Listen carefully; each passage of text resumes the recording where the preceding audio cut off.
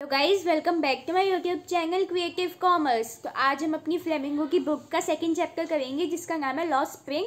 और ये जो चैप्टर है, इस चैप्टर की जो राइटर है उनका नाम है एनीस जंग। ओके, क्योंकि कोई चैप्टर शुरू करने से पहले मैं आपको बता दूं, इस चैप्टर में दो पार्ट है। ठीक है, जो फर्स्ट पार्ट है वो फर्स्ट पार्ट बेस्ड है एक बॉय के ऊपर जिसका नाम है साहिब, जो कि बहुत ज़्यादा पॉवर्टी में रहता है और जो काम करता है रैग पिकर है, यानी कि वो एक रैग पिकर है, यानी कि जो लोग कूड़ा कचरा वगैरह उठा के उसका काम करते हैं। जो सेकंड पार्ट है वो बेस्ड है एक लड़के के ऊपर जिसका नाम है मुकेश, और वो जो मुकेश है वो बैंगल मेकर है, यानी वो उसकी पूरी फैमिली बैंगल मेकर है। ओके, तो हम इस वाली वीडियो में अपना फर्स्ट पार्ट देखेंगे, हम इसका फर्स्ट पार्ट कंप्लीट करेंगे इस वाली वीडियो में। सेकंड पार्ट नहीं कराऊंगी, वीडियो बहुत लंबी हो जाएगी और लंबी होने के साथ साथ आपको सही से समझ भी नहीं आएगा। मैं आपको एक पार्ट को अच्छे से समझा दूंगी, उसके बाद सेकंड पार्ट हम सेकंड वीडियो में आएंगे इसी चैप्टर का सेकंड पार्ट। Let's start. देखो, जो मेरे पास पहला पार्ट है उसका नाम है sometimes I find the rupee in the garbage, यानी कि इस फर्स्ट पार्ट का टाइटल है sometimes I find the rupee in the garbage. देखो, इसमें हम रीडिंग के साथ साथ मैं आपको समझा दूंगी जिससे आपको ज़्यादा अच्छे से समझ आएगा। देखो, the author comes across Sahib every morning, यानी कि जो ऑथर है, यानी कि जो राइटर है, यानी कि कौन, एनीस जंग।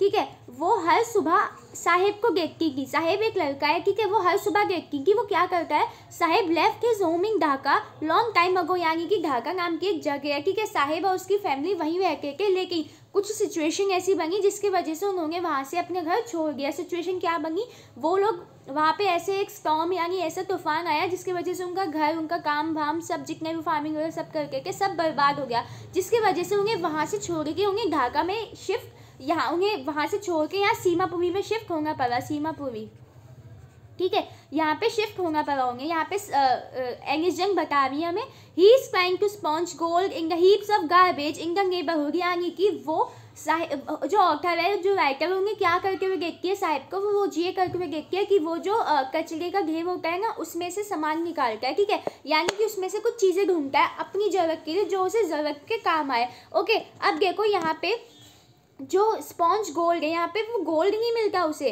ठीक है, उन कचरे के ढेर से कोई कहीं गोल्ड नहीं मिलेगा वहाँ पे। यहाँ पे गोल्ड से मतलब है कभी उसे 10 रुपये का सिक्का, कभी 1 रुपये का सिक्का, कभी 2 का सिक्का, कभी 5 का सिक्का, ऐसे वो सिक्के मिल जाते थे उसे उस कुछ कचरे के ढेर में। ठीक है, और वही उसके लिए गोल्ड के समान हो गया था, वही उन बच्चों के लिए बहुत कुछ हो गया था। ओके, आगे देखो, the author asked Sahib why he does that. Sahib mutters that he has nothing else to do. There is no school in his neighborhood. He is poor and works barefooted. यानी कि ऑथर ने क्या किया, author ने साहिब को अपने पास बुलाया। वो देख तो नहीं क्यों कि वो ये सब कचरा उठाने का काम कर रहे हैं, अपने पास बुला के पूछ किया ऑथर उनसे कि तुम ये क्यों कर रहे हो। तो साहिब कहता है कि मेरे पास और कोई काम नहीं है करने के लिए, मेरे पास एक यही काम है करने के लिए। तो ऑथर कहती है तुम स्कूल क्यों नहीं जाते। तो वो कहता है कि यहाँ पे पास में कोई भी स्कूल नहीं है। ओके, तो साहिब ये कह देता है। ओके, आगे देखो, आगे साहिब वो बताती है ऑथर इसी सिचुएशन के बारे में, there 10,000 other shoeless rag pickers like Sahib, यानी कि साहिब की तरह 10,000, कम से कम 10,000 और भी ऐसे लोग हैं जो बिना जूते चप्पल के नंगे पैर सब ये कूड़ा कचरा वगैरह उठाते हैं। They live in Seemapuri on the outer edge of Delhi in structure of mud with roofs of tin and tarpaulin but devoid of sewage, drainage और रनिंग वाटर, यानी कि वो बता रही है कि वो जो सीमापुरी में शिफ्ट हुए वो वहाँ पे किस तरीके घर में रहते हैं। वहाँ पे जो घर है ना, ये सीमापुरी दिल्ली के आउटर जगह पे लोकेटेड एक जगह है छोटी सी। वहाँ पे क्या होता है, वहाँ पे मड से घर बने हुए हैं। ठीक है, जो रूफ्स है वो टिन के बने हुए हैं। ठीक है, और वहाँ पे ना उन्हें साफ़ पानी मिलता है ना कुछ मिलता है, गंदा पानी होता है सब कुछ, मतलब वो नाली सेवेज वगैरह के पास रह के वो लोग साफ़ पानी की कोई फैसिलिटी वहाँ पे प्रोवाइडेड नहीं है उन्हें। They are squatters who came from Bangladesh back in 1971, यानी कि मैंने आपको बताया था वो लोग ढाका से आए हैं। ढाका कहाँ पे, बांग्लादेश में। तो ये सब 1971 में वहाँ से आए। ये ऑथर बता रही हैं उन साहिब और उनकी फैमिली और उनके जैसे और लोगों के बारे में जो सीमापुरी में रह के रैग पिकिंग का काम करते हैं। They have lived here for more than 30 years without identity cards और permit, यानी कि वो लोग यहाँ पे आ गए, उन्हें यहाँ आए हुए 30 ईयर्स हो गए। कहाँ पे, यहाँ सीमापुरी में आए हुए 30 ईयर्स हो गए, लेकिन उन पर कोई भी आइडेंटिटी कार्ड नहीं है। They have right to vote. With ration cards, they get grains. Food is more important for survival than identity. यानी कि क्या बताना चाह रही है ऑथर यहाँ पे, उनके पास कोई आइडेंटिटी कार्ड नहीं है, उन लोगों के पास बस राशन कार्ड है, ठीक है। और उससे वो लोग वोट दे सकते हैं, ठीक है। अब वो लोग जब वोट देते हैं ना, तो जो बड़े बड़े पॉलिटिशियंस वगैरह होते हैं वो लोग उसकी जगह, वो लोग वोट लेने की जगह उन लोगों को खाना प्रोवाइड करके, ग्रेन्स प्रोवाइड करके, और वही उनके लिए बहुत है, क्योंकि उन लोगों के पास खाने के लिए पैसे तक नहीं है। तो अगर वो ग्रेन्स उन्हें मिल जाते हैं तो उनके लिए वो बहुत बड़ी चीज़ है। ओके, आगे देखो, wherever they find food, they pitch their tents that become transit homes. Children grow up in them and become partners in survival. In Seemapuri survivals means rag picking, यानी कि क्या होता है, जैसे जैसे वहाँ के बच्चे बड़े होके जाते हैं, वो बच्चे भी जैसे साहिब वगैरह वो लोग भी यही काम करने लगते हैं, रैग पिकिंग का काम करने लगते हैं। उनका ये जो रैग पिकिंग का काम है ये उनके लिए उनकी रोजी रोटी है, ठीक है। इसके सिवा उनके पास कोई भी काम नहीं है करने के लिए। आगे देखो, through the years rag picking has acquired the proportions of a fine art. Garbage to them is a gold. It is their daily bread and a roof over their heads. यानी कि जो गार्बेज है उनके लिए वो gold के समान है। गोल्ड के समान क्यों है? क्योंकि उसी से उनकी रोजी रोटी चलती है। वो ये कचरा वगैरह उठा के कुछ पैसे कमा लेते हैं, ठीक है। कुछ लोगों के पैसे के काम करने के, कभी कभी क्या होता है, जो बच्चे साहिब वगैरह उनके जैसे उसके जैसे जो बच्चे हैं, उन बच्चों को उसमें कभी 1 का सिक्का 2 का सिक्का मिल जाता है तो वो उसी से खुश हो जाते हैं। ओके, तो ये उनकी रोजी रोटी है, इसके अलावा उनके पास करने के लिए कोई भी काम नहीं है। Sometimes Sahib finds a rupee or even a 10 rupee note in the garbage heap. Then there is hope of finding more. Garbage has a meaning different from what it means to their parents. For children it is wrapped in wonder.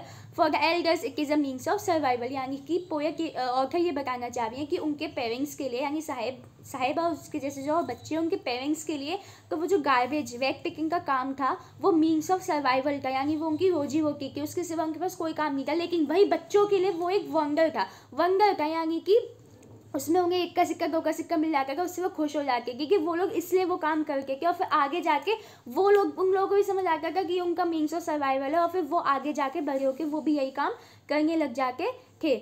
One winter morning, the author finds Sahib standing by the fence gate of a neighbourhood club, यानी कि फिर क्या होगा, कुछ दिनों के बाद author Sahib को फिर से देखती है फेंस गेट के आगे, ठीक है, उसके पास में क्लब था। He is watching 2 young men playing tennis. They are dressed in white. Sahib likes the game but he is content to watch it standing behind the fence. यानी कि वो देखती है, जो साहिब है वो 2 लोगों को देख रहा है, ठीक है, जो टेनिस खेल रहे हैं। साहिब को टेनिस खेलना बहुत अच्छा लगता है, उसे वो गेम बहुत अच्छा लगता है, लेकिन वो कभी खेल नहीं पाया। Sahib is wearing discarded tennis shoes that look strange over his discolored shirt and shorts. For one who has walked barefoot, even shoes with a hole is a dream come true.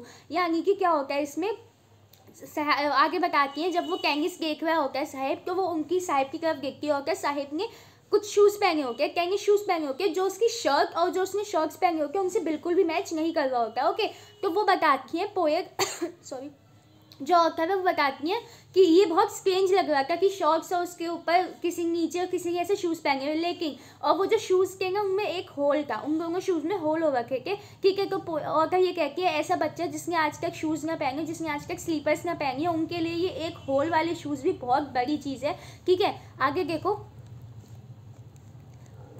This morning Sahib is on his way to the milk booth. उसके बाद क्या होता है, ये तो साहिब, ये अभी तक, अब मैं आपको एक बार सभी बता देती हूँ। उसकी शुरू में साहिब, वो जो ऑथर होती है वो साहिब और उसके जैसे बच्चों को मिलती है, देखती है, उनको डेली ऑब्जर्व करती है। उसके बाद वो एक लड़के को अपने पास बुला के उसका नाम पूछ के वो अपना नाम बताता है। साहिब उनसे पूछती है ऑथर कि तुम लोग ये काम क्यों करते हो, तुम लोग स्कूल क्यों नहीं जाके?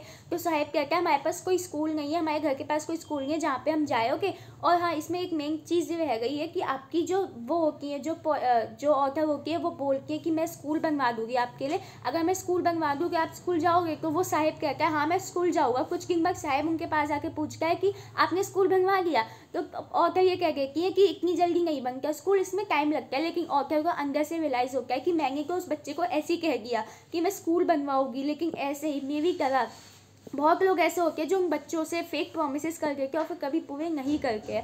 ओके, उसके बाद ऑथर बताती हैं कि कैसे वो लोग अपनी जगह बांग्लादेश से यहाँ सीमापुरी में आए, क्यों आए, कैसे वो रह रहे हैं, कैसी उनकी कंडीशंस है, ये सब बताती हैं, डिस्क्राइब करती हैं। उसके बाद वो बताती हैं साहिब के बारे में और बताती है कि उसे टेनिस खेलना अच्छा लगता है, क्योंकि वो टेनिस देखना अच्छा लगता है, खेलना अच्छा लगता है, लेकिन वो कभी खेल नहीं पाता।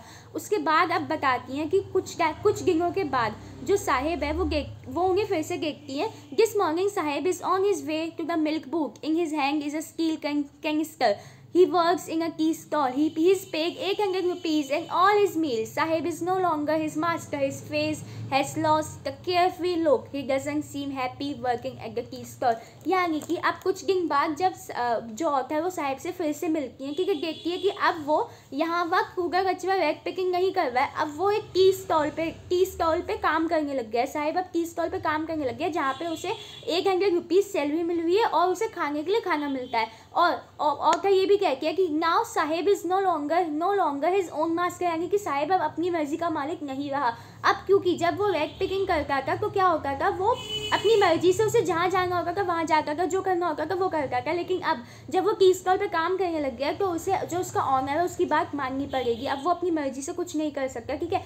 अब वो बिल्कुल भी हैप्पी नहीं दिख रहा है, बहना वो बिल्कुल भी खुश नहीं है, क्योंकि पहले वो अपनी मर्जी से यहाँ वहाँ जा सकता था, जो उसे करना था वो कर सकता था। लेकिन अब उसके ऊपर एक बर्डन हो गया है कि उसे ये काम ख़त्म करना ही करना है, उसे अपने उसके जो ऑनर है उसकी बात माननी है, उनका काम ख़त्म करना है, ठीक है। तो अब साहिब अपनी मर्जी का मालिक नहीं रहा। अब now he is not his own master and he is not happy as well, ठीक है। अब वो हैप्पी भी नहीं है। पहले वो रैग पिकिंग करके खुश था, ठीक है, जो वो करता था उसमें खुश था, लेकिन अब वो बिल्कुल भी खुश नहीं है। ओके, तो यहाँ पे आपकी ये स्टोरी का फर्स्ट पार्ट खत्म हो जाता है। नेक्स्ट पार्ट में इसका नेक्स्ट वीडियो में लेके आओगी, और नेक्स्ट वीडियो में हम लोग इसके कुछ इंपॉर्टेंट क्वेश्चंस डिस्कस करेंगे जो कि फर्स्ट पार्ट और सेकंड पार्ट दोनों के होंगे। ओके, तो अगर आपको वीडियो पसंद आई हो, आपको इस स्टोरी का फर्स्ट पार्ट समझ आया हो तो इसको लाइक कीजिएगा, चैनल को सब्सक्राइब कीजिएगा, शेयर कीजिए और कमेंट करके बताइएगा वीडियो कैसी लगी।